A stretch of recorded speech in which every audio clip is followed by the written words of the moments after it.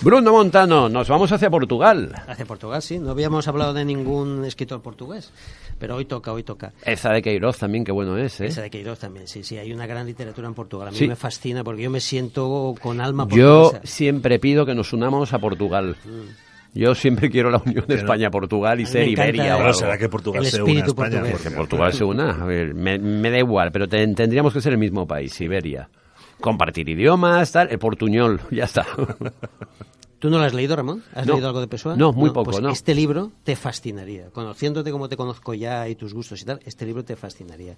Para mí es un libro capital. Como he comentado antes, si se incendiara mi biblioteca y yo tuviera que rescatar 2 libros, ¿sí? Uno de ellos sería el libro del desasosiego. Es uno de los libros más subyugantes que he leído jamás y que me ha traspasado por completo. Y de hecho me siento muy portugués por haber leído este libro, que lo leí en la primera edición que salió en España, que es un libro que salió en el 84. Es un libro que Pessoa acabó de escribir en 1935, que es el año en que murió, pero que en España se publicó en el 84. ¿Por qué tan tarde? Nadie se atrevía a publicar esto.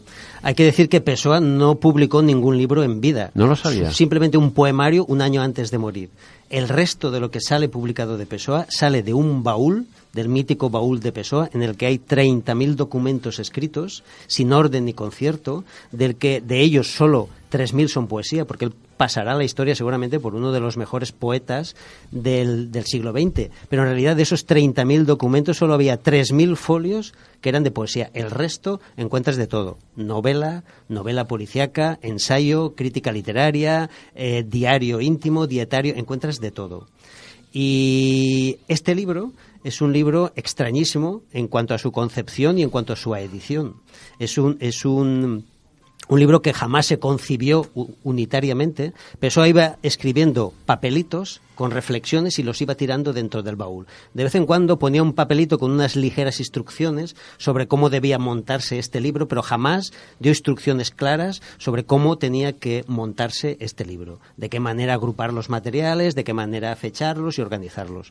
Fue muchos años después de que muriera como algunos editores y algunos traductores se atrevieron con la magna tarea de montar el libro del desasosiego.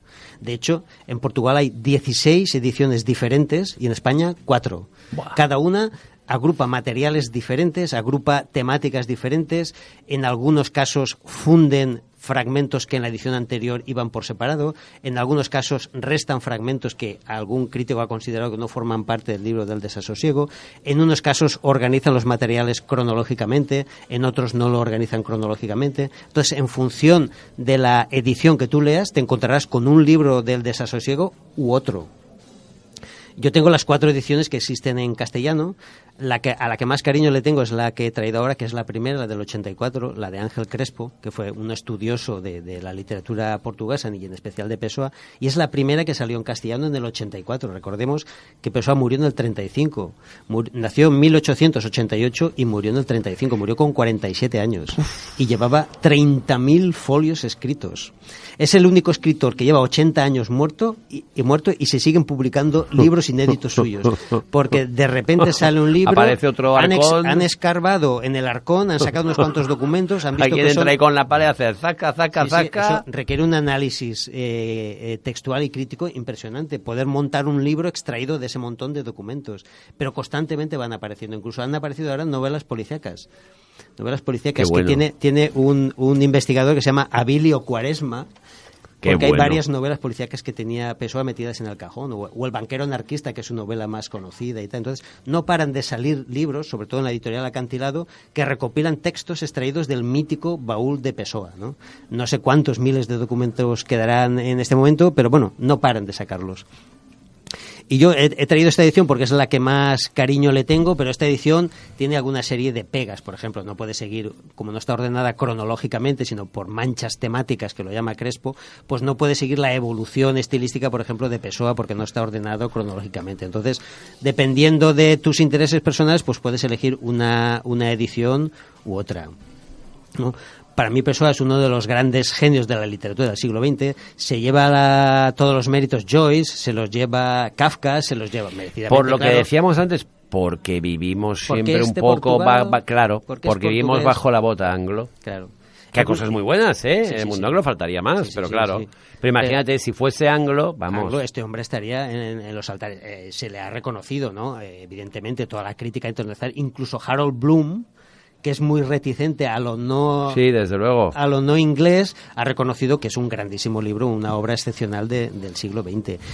Y formalmente, como he dicho, es una recopilación de textos variados. Están uniformizados más o menos por la temática y por el estilo. Hay diferencias entre ellos. Los críticos dividen el texto en dos grandes partes. Una primera parte más esteticista y una segunda parte más con forma de diario íntimo, diario personal, fechada y tal. Y hay una especie de evolución de la estética inicial a la ética final. A mí me gusta más también la segunda parte, pero es excepcional. Es un libro de estos que lo puedes abrir por donde quieras y todo lo que te encuentras es excepcional. Pero no es que te encuentras una frase excepcional cada 5 páginas. Te encuentras 5 ideas excepcionales en cada página. Es un libro que yo llevo 23 años leyendo y que me sobrecoge cada vez que lo abro. Sí. Para mí es un libro capital. Comulgo perfectamente con el tono y comulgo perfectamente con el tipo de filosofía de... ¿Cómo es el tono? ¿Cómo es la atmósfera, el ambiente? No lo sé. Mira, he seleccionado una serie de términos, yo creo que más que una descripción, una serie de términos que darían un poco el tono, ¿no? Serían tedio, hastío, inacción, vértigo, perplejidad, duda, escepticismo, pesadez, tristeza, soledad. Claro, todo esto dicho así, dices, vaya tostón. Dices, caray, me va a entrar una alegría al leerlo. Tostón de libro. Pero con este libro me pasa como con Cioran. No es un libro nihilista, ni derrotista, ni que te ponga triste, sino todo lo contrario.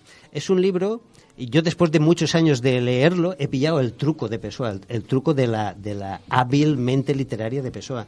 Y él, cómo consigue que esto no le da pesadumbre y lo convierta en un ser amargado y triste.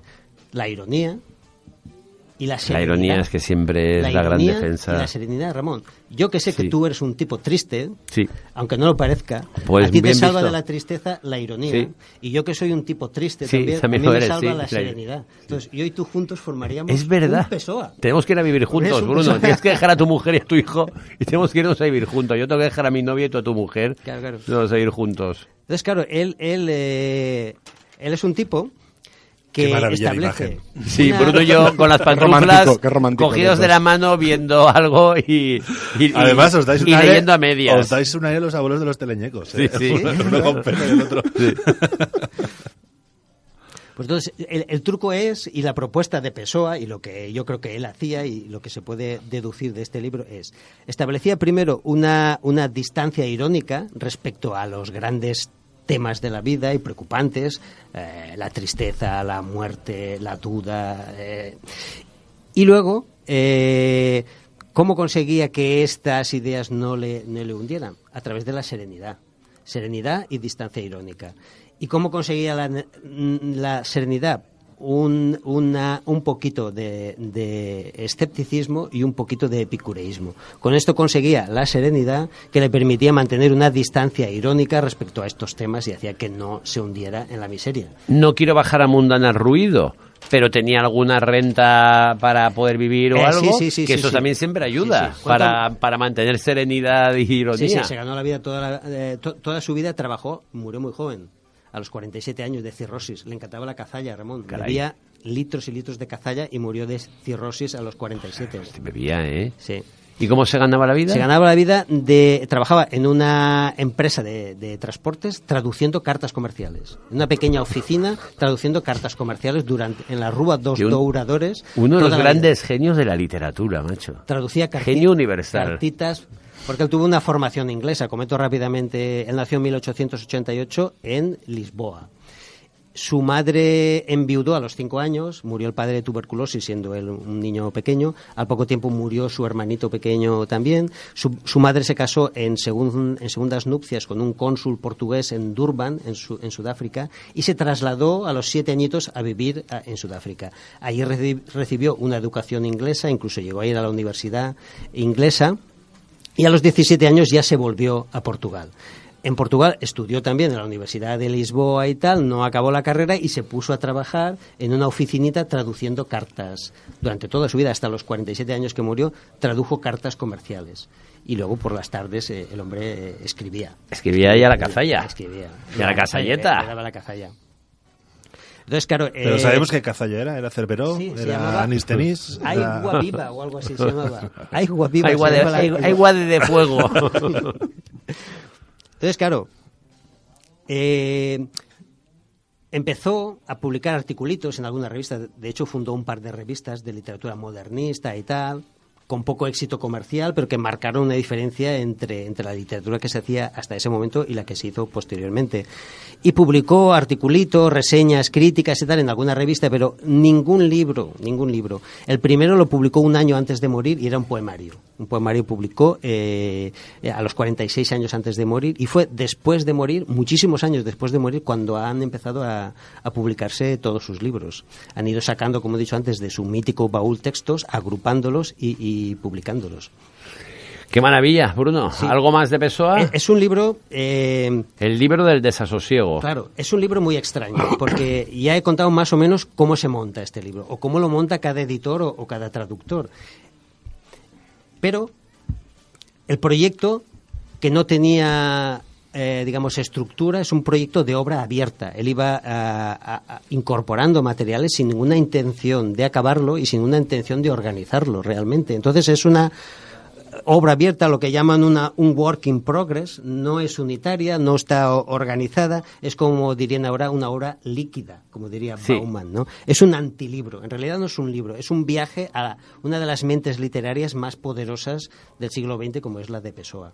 Generalmente la gente conoce a Pessoa por sus heterónimos, es el creador de los heterónimos, que por si la gente no lo sabe, es una especie de voces literarias, no es un seudónimo, no es un personaje literario. Un heterónimo es una voz literaria a la que tú creas desde cero, tiene fecha de nacimiento, fecha de muerte, personalidad propia, estilo cognitivo, experiencias propias. Entonces él creó 136 heterónimos, por eso muchos lo llaman el hombre de las 136 caras, o yo diría el hombre de las 136 máscaras, porque nunca sabías quién estaba hablando, cuál de sus heterónimos hablaba, o si hablaba él mismo. Oponían siempre a los heterónimos con su propia voz, que era la voz ortónima.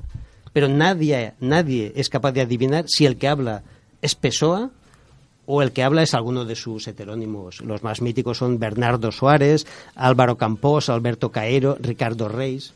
Por ejemplo, del único que Pessoa no dice el año que murió es Ricardo Reis. Y aprovechando esto, Saramago escribió una fantástica novela, yo creo que es su mejor novela, titulada El año que murió Ricardo Reis, porque es el único heterónimo de Pessoa al que no le puso fecha de muerte. Entonces, este libro, en principio, Pessoa se lo atribuyó a su heterónimo Bernardo Soares, el libro del desasosiego escrito por Bernardo Soares.